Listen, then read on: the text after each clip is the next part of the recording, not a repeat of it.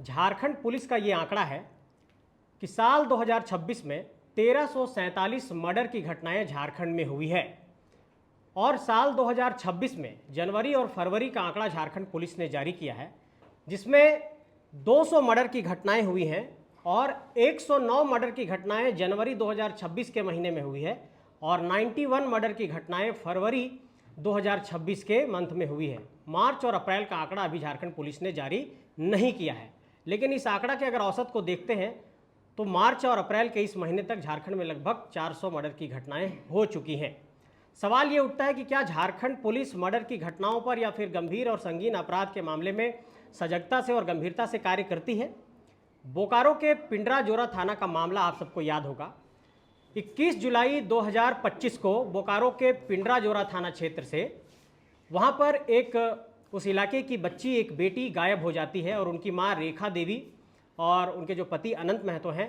तो रेखा देवी जी ने 21 जुलाई 2025 को बोकारो के पिंडरा जोरा थाने में एक आवेदन दिया कि हमारी बेटी गायब हो गई है, उसका अपहरण हुआ है, और बाकायदा उन्होंने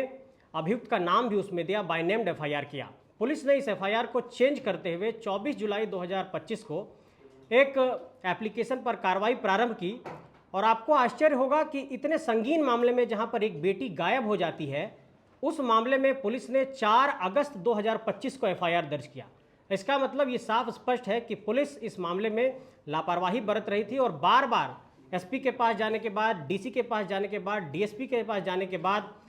इस मामले में एफआईआर दर्ज नहीं किया जा रहा था। तो 4 अगस्त 2025 को एफआईआर दर्ज किया गया और एफआईआर दर्ज करने के बाद जब कोई कार्रवाई नहीं हुई तो पीड़िता की मां लगातार जाकर के गुहार लगाने लगी। गुहार लगाने के बावजूद भी कोई कार्रवाई नहीं हुई, तो अंततः आजसू पार्टी की जो महिला नेत्री हैं और बोकारो जिला परिषद की उपाध्यक्ष हैं, वो पीड़िता की मां को लेकर के हाईकोर्ट पहुंची और हाईकोर्ट ने फटकार लगाया और हाईकोर्ट की फटकार के बाद एक एसआईटी गठित की गई और एसआईटी गठित किए जाने के बाद 11 अप्रैल को पुलिस ने ये दावा किया कि हमने उस अपहरण किए गए लड़की का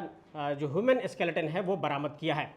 तो सवाल ये उठता है कि क्या झारखंड पुलिस किसी एफआईआर पर, किसी गंभीर अपराध के एफआईआर के मसले पर तभी कार्रवाई करेगी जब हम हाईकोर्ट का रुख करेंगे? क्योंकि सरकार के पुलिस महकमे में ये एक परिपाटी बन गई है